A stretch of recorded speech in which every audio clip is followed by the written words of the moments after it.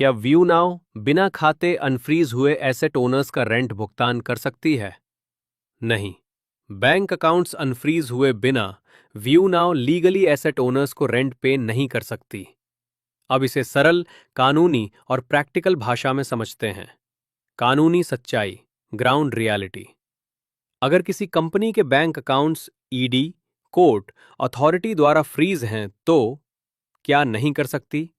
Bank से कोई payment transfer नहीं, रेंट, पे आउट, प्रॉफिट डिस्ट्रीब्यूशन नहीं, एसेट ओनर्स या किसी थर्ड पार्टी को डायरेक्ट पेमेंट नहीं, कैश, यूपीआई, चेक, सब ब्लॉक। ऐसा करना पीएमएलए कोर्ट आदेश का उल्लंघन माना जाता है। कब और कैसे रेंट पॉसिबल होता है? 1. अकाउंट्स अनफ्रीज होने पर। ईडी या कोर्ट द्वारा लिखित आदेश आए तभी नॉर्मल बैंकिंग शुरू हो सकती है, तब rent payment legally possible. 2. Court approved escrow route, rare case.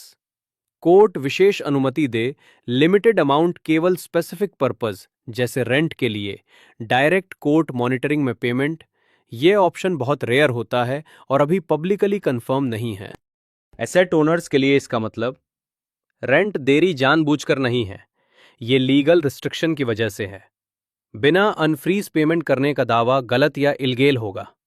Court clearance के बिना किया गया पेमेंट कंपनी और एसेट ओनर्स दोनों के लिए रिस्क बन सकता है। इस लाइन को दोबारा और ध्यान से सुन लेना। एसेट ओनर्स के लिए सेफ अंडरस्टैंडिंग। जब तक अकाउंट्स लीगली अनफ्रीज नहीं होते या कोर्ट स्पेशल परमिशन नहीं देता, रेंट पेमेंट संभव नहीं है। एसेट, कानूनी आदेशों के कारण बैंक अकाउंट फ्रीज हैं, इसलिए इस समय किराया भुगतान संभव नहीं है।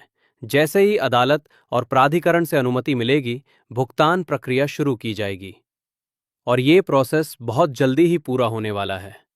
हम एक साथ खड़े हैं और यही हमारी सबसे बड़ी जीत है।